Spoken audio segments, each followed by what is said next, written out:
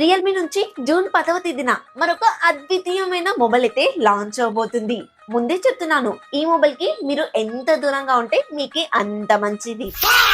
ఏంటి పుసుక్కున ఇలా అనేసారు అంటారా? ఈ మొబైల్ యొక్క స్పెక్స్ విన్న తర్వాత మీరు కూడా ఇదే మాట అంటారు. జీవితంలో నువ్వింకా మారవా? మారను.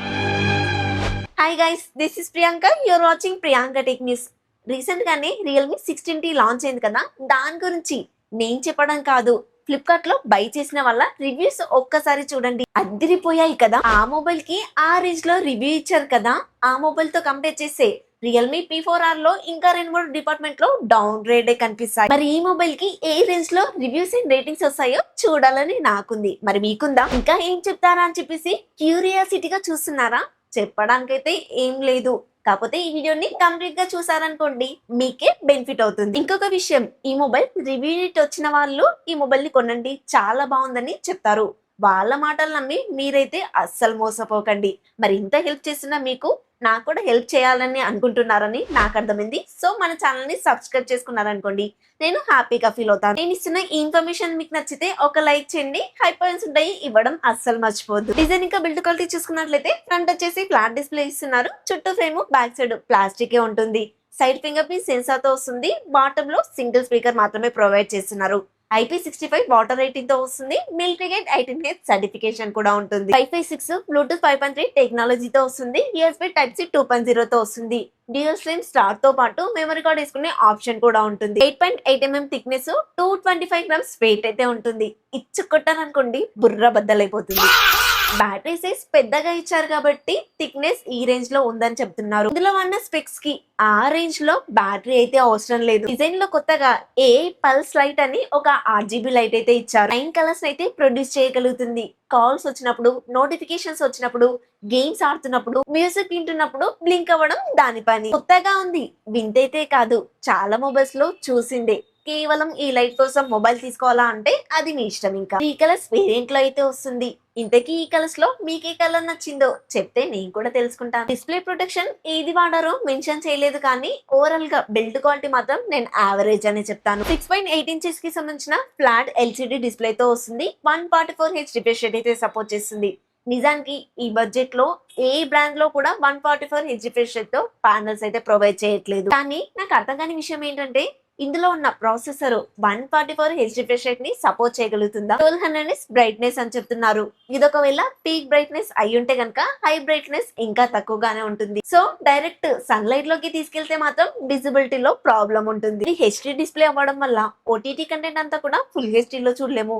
ఈవెన్ నెట్ఫ్లిక్స్ ని కూడా HDR లో ప్లే చేసుకోలేము. HDR10+ డాల్బీ విజన్ లాంటివి అయితే సపోర్ట్ చేయవు. ఒక ఆర్డినరీ ఫోన్ అంటే 10,000 రూపాయల బడ్జెట్ లో వచ్చే ఫోన్ లో ఉండే రిజల్యూషన్ ఈ మొబైల్ అయితే ఇస్తున్నారు. 254 PPI డెన్సిటీతో వస్తుంది. మీకు చిన్న చిన్న అక్షరాలు కూడా చదవడానికి ఇబ్బందిగానే ఉంటుంది. బెజల్స్ కూడా పెద్దగా ఉంటాయి. డిస్ప్లే డిపార్ట్మెంట్ లో మీకు బెనిఫిట్ అయ్యే ఒక్క విషయం కూడా లేదు. నాకు తెలిసి ఈ మొబైల్ ని 18,000 నుంచి 20,000 మధ్యలో అయితే తీసుకొస్తారు. ఈ బడ్జెట్ లో డైమెన్సిటీ 6000 ప్రాసెసర్ అయితే ఇస్తున్నారు.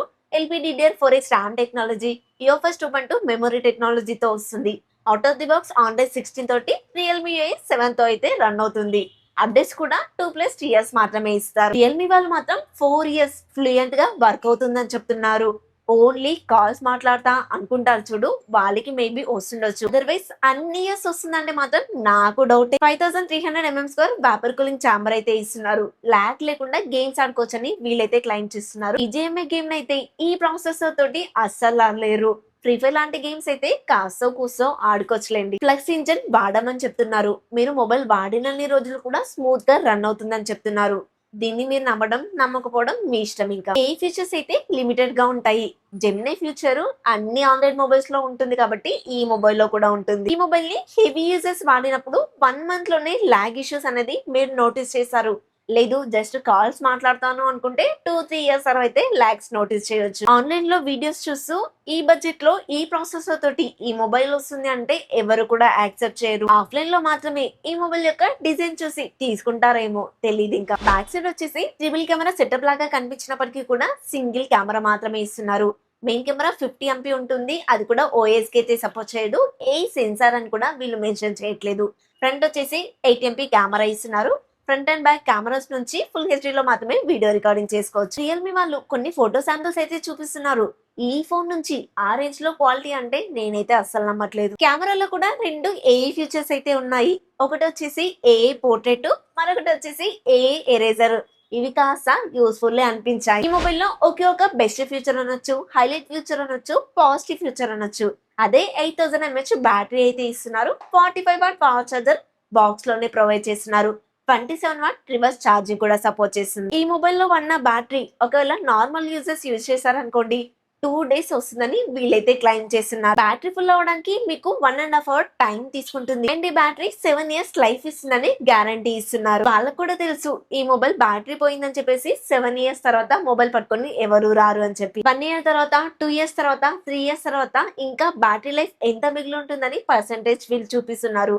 వీళ్ళైతే స్క్రీన్ పైన ఇస్తాను, ఒకసారి చూడండి. బైపాస్ ఛార్జింగ్ టెక్నాలజీ ఉంటుంది. ఒక ఫుల్ బ్యాటరీలో 12 hours వరకు కూడా ఫ్రీ ఫైర్ గేమ్ ఆడొచ్చంట నాన్ స్టాప్ గా. 26 hours వరకు కూడా నాన్ స్టాప్ గా గూగుల్ మ్యాప్స్ వాడుకోవచ్చంట.